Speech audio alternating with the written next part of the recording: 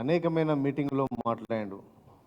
విద్యా వ్యవస్థను గాడిలో పెడుతున్న విద్యా వ్యవస్థ అద్భుతంగా తీర్చిదిద్దుతా అని మాట్లాడి ఇవాళ ముఖ్యమంత్రిగా బాధ్యత తీసుకొని 10 నెలలైనా కూడా ఇవాళ ప్రైవేటు విద్యా సంస్థలో ఫీజు రీయింబర్స్మెంట్ కింద చదువుకుంటున్న దాదాపు 12,50,000 మంది విద్యార్థులకు ఇవాళ చాలా ఇబ్బందులకు గురి చేస్తున్నాడు ఇవాళ ముఖ్యమంత్రి రేవంత్ రెడ్డి గారు.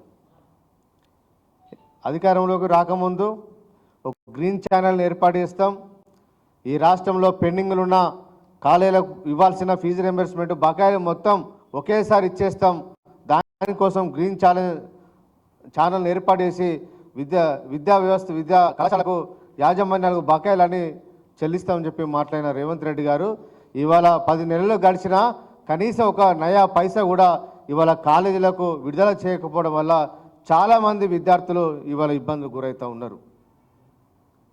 ఇవాళ పీజీ కంప్లీట్ చేసిన వాళ్ళు, బీటెక్ కంప్లీట్ చేసిన వాళ్ళు ఎంటెక్లో జాయిన్ కావాలన్నా, ఇంటర్ కంప్లీట్ చేసిన వాళ్ళు బీటెక్లో జాయిన్ కావాలన్నా ఇవాళ కళాశాల యాజమాన్యాలు సర్టిఫికెట్లు ఇవ్వకపోవడం వల్ల ఇవాళ ఉన్నత విద్యకు దూరమయ్యే పరిస్థితి ఈ రాష్ట్రంలో కొనసాగుతున్నది. దీని మీద అనేక సార్లు ఫిర్యాదు చేసినా కూడా ఈ ప్రభుత్వానికి దున్నపోతు మీద వర్షం పడ్డట్టే ఉన్న తప్ప కొంచెం కూడా ఉలుకు లేదు, పలుకు లేదు.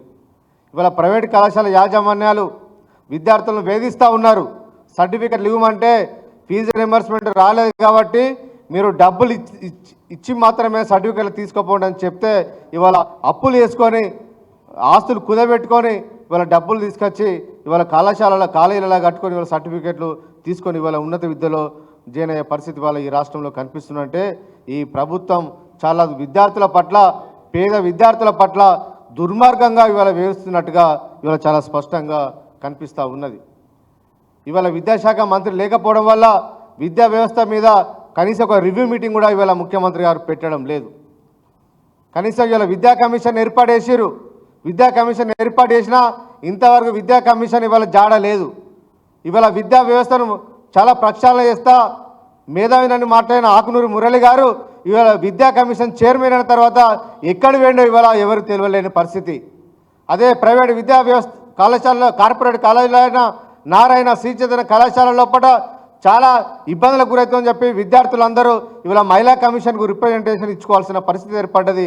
మహిళా కమిషన్ చైర్మన్ నేరెళ్ళ శారదా గారు ఇవాళ నారాయణ, శ్రీ చైతన్య కార్పొరేట్ కాలేజీలకు వెళ్ళి అక్కడ ఉన్న విద్యార్థులకు ఏ విధంగా ఇబ్బందులకు గురవుతున్న అంశాల మీద ఇవాళ రివ్యూ మీటింగ్ పెట్టాల్సిన పరిస్థితి ఇవాళ రాష్ట్రంలో ఉన్నదంటే మరి మహిళా కమిషన్ ఇంపార్టెంటా, విద్యా కమిషన్ ఇంపార్టెంటా ఇవాళ అర్థం కాని పరిస్థితి ఇవాళ కనిపిస్తూ ఉన్నది. కనీసం విద్యా కమిషన్కు ఉన్న సోయి కూడా ఈ ముఖ్యమంత్రి రేవంత్ రెడ్డి గారికి లేకపోవడం చాలా దుర్మార్గం అని చెప్పి ఇవాళ మేము భావిస్తూ ఉన్నాం. ఇవాళ ప్రైవేట్ కళాశాల సిబ్బంది ఇవాళ టీచింగ్ కానీ నాన్ టీచింగ్ వాళ్ళకి ఇవాళ దసరా పండుగ వచ్చింది, ఎప్పుడు ఈ కళాశాల యాజమాన్యాలు మాకు జీతాలు ఇస్తారని ఎదురు చూస్తూ ఉన్నారు. కళాశాల యాజమాన్యాలు మాత్రం ప్రభుత్వం వైపు చూస్తూ ఉన్నారు. ఇప్పటికి కూడా రీయింబర్స్మెంట్ విడుదల చేయకపోవడం వల్ల ఇవాళ ఆ కాలేజీలలో పనిచేసే లక్షలాది మంది సిబ్బంది ఇవాళ రోడ్డు మీద పడే పరిస్థితి ఇవాళ ఈ రాష్ట్రంలో దాపురించింది. ఒక దిక్కు ఉన్నత విద్యను సంస్కరిస్తా అని చెప్పిన ముఖ్యమంత్రి రేవంత్ రెడ్డి గారు ఇవాళ విద్యార్థులందరినీ, ఈ రాష్ట్రంలోని విద్యా వ్యవస్థలందరినీ మార్కెట్లో బదనం చేయాలని ఒక కుట్రపూరితంగా ముఖ్యమంత్రి గారు వివరిస్తూ ఉన్నారు.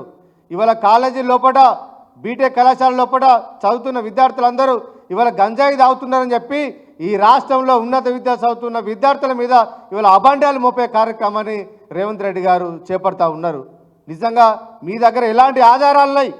ఈ రాష్ట్రంలో ఇంజనీరింగ్ కళాశాల విద్యార్థులు గంజాయి తాగుతున్నారంటే ఏమైనా ఆధారాలు ఉన్నాయా? ఎన్ని కేసులు మీరు నమోదు చేసిరో ఇవాళ పబ్లిక్ ఇవాళ బయట పెట్టాలని చెప్పి ఇవాళ ప్రభుత్వాన్ని ఇవాళ డిమాండ్ ఇస్తూ ఉన్నాం. ఇవాళ కళాశాలకు రీయింబర్స్మెంట్ యాజమాన్యాలు అడుగుతున్నారని చెప్పి ఇవాళ కాలేజీలలో గంజాయి తాగుతున్నారని చెప్పి ఈ రకంగా దుర్మార్గమైన ప్రచారాన్ని ఇవాళ రేవంత్ రెడ్డి గారు చేయడం మానుకొని ఈ రాష్ట్రంలోని విద్యార్థులకు ముఖ్యమంత్రి గారు క్షమాపణ చెప్పాలని చెప్పి ఇవాళ మేము డిమాండ్ ఇస్తూ ఉన్నాం. కాబట్టి ఇప్పటికైనా ప్రభుత్వం విద్యా వ్యవస్థ మీద దృష్టి పెట్టాలని చెప్పి ముఖ్యమంత్రి గారిని కోరుతూ ఉన్నాం.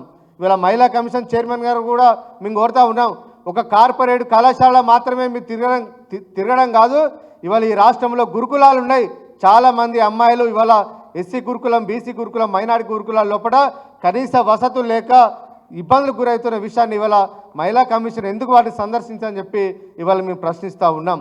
ఎందుకంటే ప్రభుత్వ గురుకుల పాఠశాలలో కూడా సందర్శిస్తే అక్కడ ఉన్న లోటుపాట్లన్నీ బయటపడతాయనే ఉద్దేశంతో మీరు ఆ గురుకుల పాఠశాల మీరు సందర్శిస్తలేరని చెప్పి ఇవాళ మహిళా కమిషన్ గారిని ఇవాళ మేము కోరుతా ఉన్నాం. నిజంగా పేద వర్గాల పట్ల ప్రేమ ఉంటే ఈ ముఖ్యమంత్రి గారికి ఎట్లయినా ప్రేమ లేదు. కనీసం ఆ వర్గాల నుంచి వచ్చిన చైర్మన్ గారు మీరైనా కనీసం ఆ గురుకుల పాఠశాలను సందర్శించి ఆ గురుకులాల్లో విద్యార్థులు జరుగుతున్న నాసిరకం భోజనాలు వాటన్నిటి మీద మీరు దృష్టి సారించి మంచి భోజనాన్ని పెట్టే విధంగా ఈ ప్రభుత్వం మీద ఒత్తిడి తీసుకురావాలని చెప్పి ఇలా మీ మహిళా కమిషన్ గారిని కోరుతా ఉన్నాం. కనీసం ఛార్జీ తీసుకొని నెల దాటిపోయినా విద్యా కమిషన్ ఇవాళ జాడ లేకపోవడం చాలా దుర్మార్గం. మరి తనను పని చేయనిస్తలేరా లేదంటే మాకునూరి మురళి గారే కావాలని చెప్పి ఇవాళ దూరం ఉంటున్నారో ఇవాళ అర్థం కాని పరిస్థితి ఉన్నది. అదేవిధంగా ఇవాళ కళాశాల యాజమాన్యాలు సర్టిఫికెట్లు ఇవ్వకపోవడం వల్ల ఇవాళ మొన్ననే ప్రభుత్వం ఇవాళ మెడికల్ రిక్రూట్మెంట్ బోర్డు ద్వారా 2050 పోస్టులను ఇవాళ నోటిఫికేషన్ ఇచ్చింది. మరి వాటికి అప్లై చేయాలంటే సర్టిఫికెట్లు కావాలి కదా. ఇవాళ సర్టిఫికెట్లు ఇచ్చడానికి ఇవాళ నర్సింగ్ కాలేజీలో చదివిన విద్యార్థులు కోటిలోని డిఎంఈ ఆఫీస్కి వెళ్ళి అక్కడ ధర్నా చేయాల్సిన పరిస్థితి ఏర్పడ్డది. ధర్నా చేసినా కూడా దాన్ని ఒక కమిటేషన్ కానీ ఇప్పటి వరకు కూడా ఆ కాలేజీలకు డైరెక్షన్ ఇచ్చి విద్యార్థుల సర్టిఫికెట్లు ఆపొద్దని చెప్పి కనీసం ఒక డైరెక్షన్ కూడా ఇప్పటి వరకు ఇవ్వలేకపోవడం వల్ల ఇవాళ విద్యార్థులు ఆందోళనకు గురవుతున్నారు.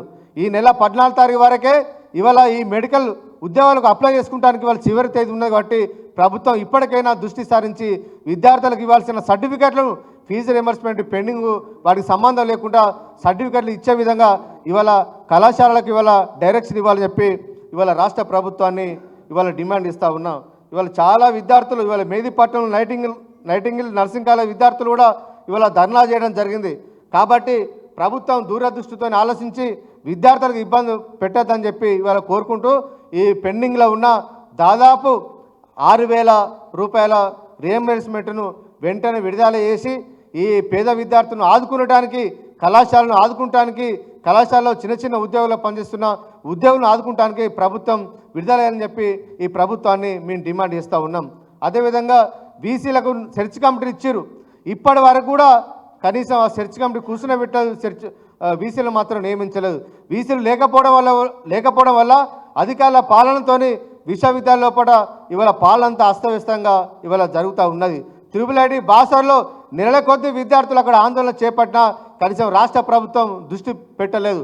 అధికారంలోకి రాకముందు రేవంత్ రెడ్డి గారు బాసరకు గోడలు దునికి పోయిన సంఘటనలు గతంలో ఉన్నాయి. ఆ రోజు విద్యార్థులకు హామీ ఇచ్చిండు. కాంగ్రెస్ ప్రభుత్వం అధికారంలోకి వచ్చిన తర్వాత బాసరా లాంటి త్రిపుల్ యూనివర్సిటీలు ఇంకో 4 ఏర్పాటు చేస్తాం, మీరు ధైర్యంగా ఉండాలని చెప్పారు. కానీ ఇవాళ 10 నెలలైనా కూడా కనీసం ఆ బాసర ముఖాన్ని ఇవాళ ముఖ్యమంత్రి చూడలేదు.